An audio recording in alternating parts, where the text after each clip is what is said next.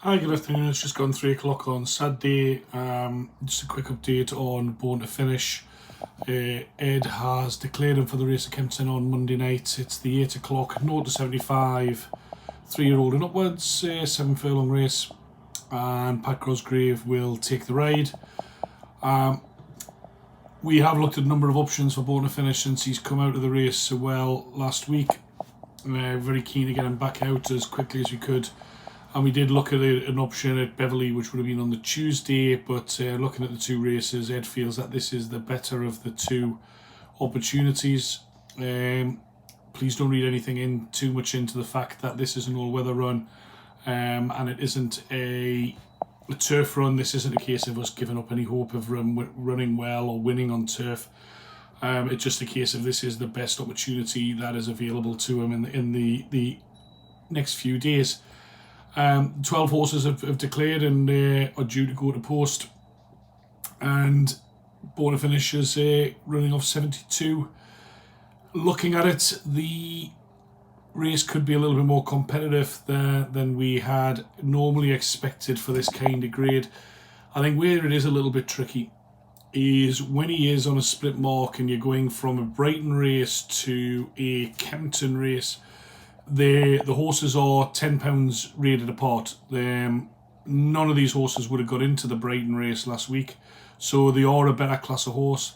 But on all proven form, Btf Finish is a better horse on the all-weather. So if you look at what he's been doing on the turf recently, then he's going to be a big outsider for this race and he's going to really struggle. But if you look at the best of what he's ran at Kempton, then there's nothing in this race that's ran anywhere near the kind of mark that he has ran before. Looking purely at the race and post ratings, Btf Finish has posted a 95 before at Kempton in the race he won last year. And although it was last year, it wasn't that long ago in real terms. It was just over so well. It's actually about 18 months ago. So I suppose there's a lot of water under the bridge since then.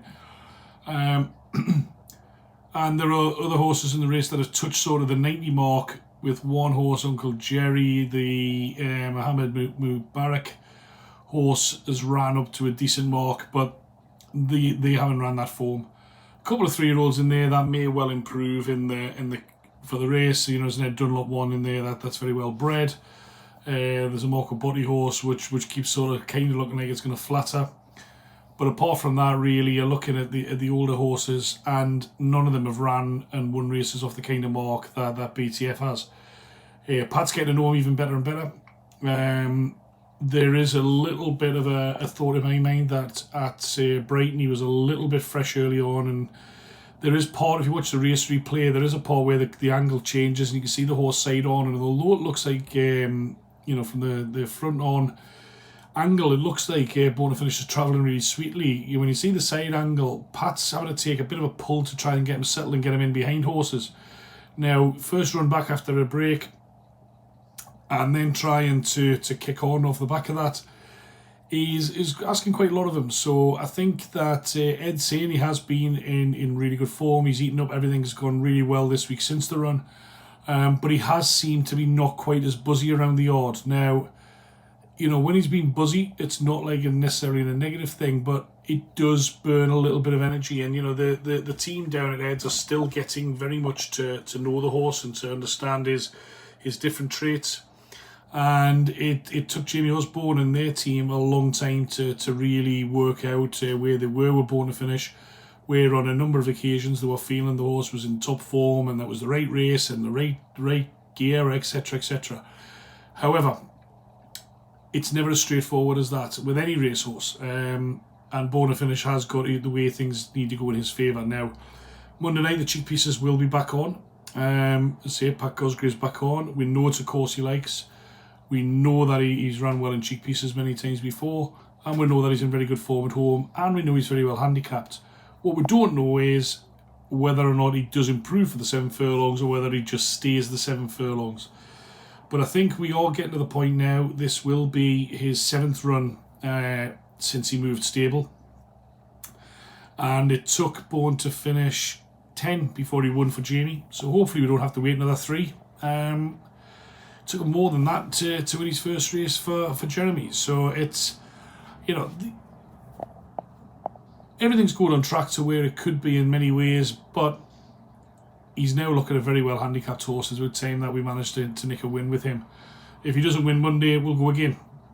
But I'd like to think that he's going to run very well on Monday, and any of you who want to go along, if you let me know as soon as possible so we can try and organise badges for you, and we can get the feedback done as soon as possible after the race. The follow-up of the race will probably be Thursday, so we'll get as much information as we can out on Monday night, but the proper feedback on the race will probably be Thursday before that comes out. So appreciate the patience with that, but again, comes like we've been saying with the other horses, if you're in the WhatsApp groups, you're going to get more information quicker, because we can get information on WhatsApp very easy. Sending it out via this email system takes a little bit more time and effort, and it needs to be certain pieces of equipment need to be in certain places, which are just not going to be on Tuesday and Wednesday. So we'll do our best we can to keep you informed.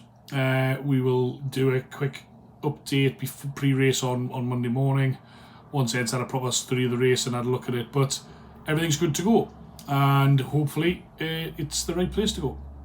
Any questions, give me a shout. Thanks.